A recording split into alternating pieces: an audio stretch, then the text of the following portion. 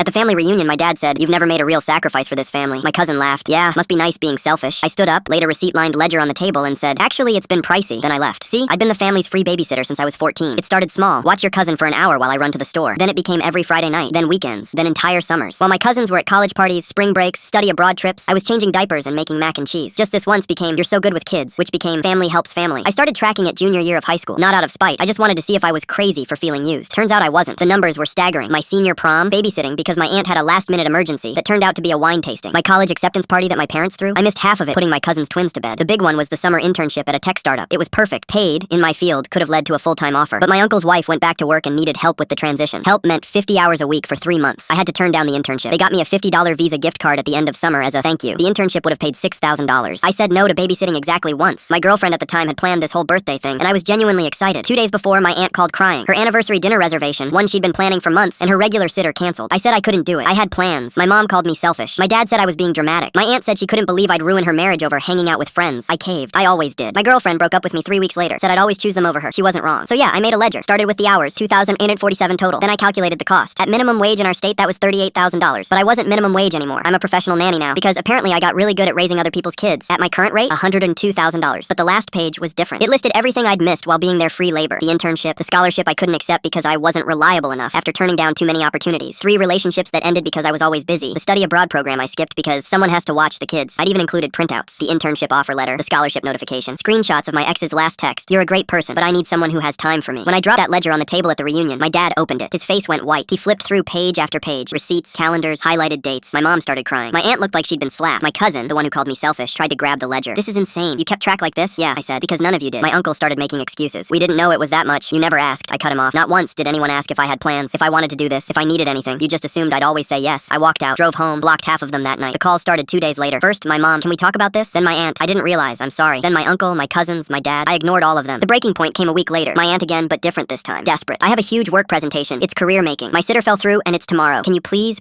help me? I'm begging you." I let her finish. Then I said, "Sure. My rate is $35 an hour, 4-hour minimum, and late fees apply after 10 p.m. I also charge $50 for same-day bookings." Silence. "You're joking." "I'm really not. You can Venmo a deposit right now or find someone else. Your choice." She hung up. I found out later she had to miss the presentation entirely. Couldn't find anyone on short notice and her husband had to work. She tried to make me feel guilty about it through my mom. I didn't. Within a week, they'd all hired real babysitters. Turns out my aunt's anniversary dinner sitter, that was $180 for the night. The weekend I covered for my cousin's Vegas trip would have been $840 with my rates. Suddenly, I wasn't so unreliable after all. Suddenly, they could find other people to help. Last month, my dad called. He actually apologized. Said he didn't realize how much I'd given up, how much they'd taken. Said he was proud of me for standing up for myself, even if it hurt. I didn't forgive him. Not yet. But I did tell him the truth. Sacrifice is only noble when it's free. The second you expect it, the second you demand it, it stops being sacrifice. It's called exploitation. He didn't have an answer for that. Neither did anyone else.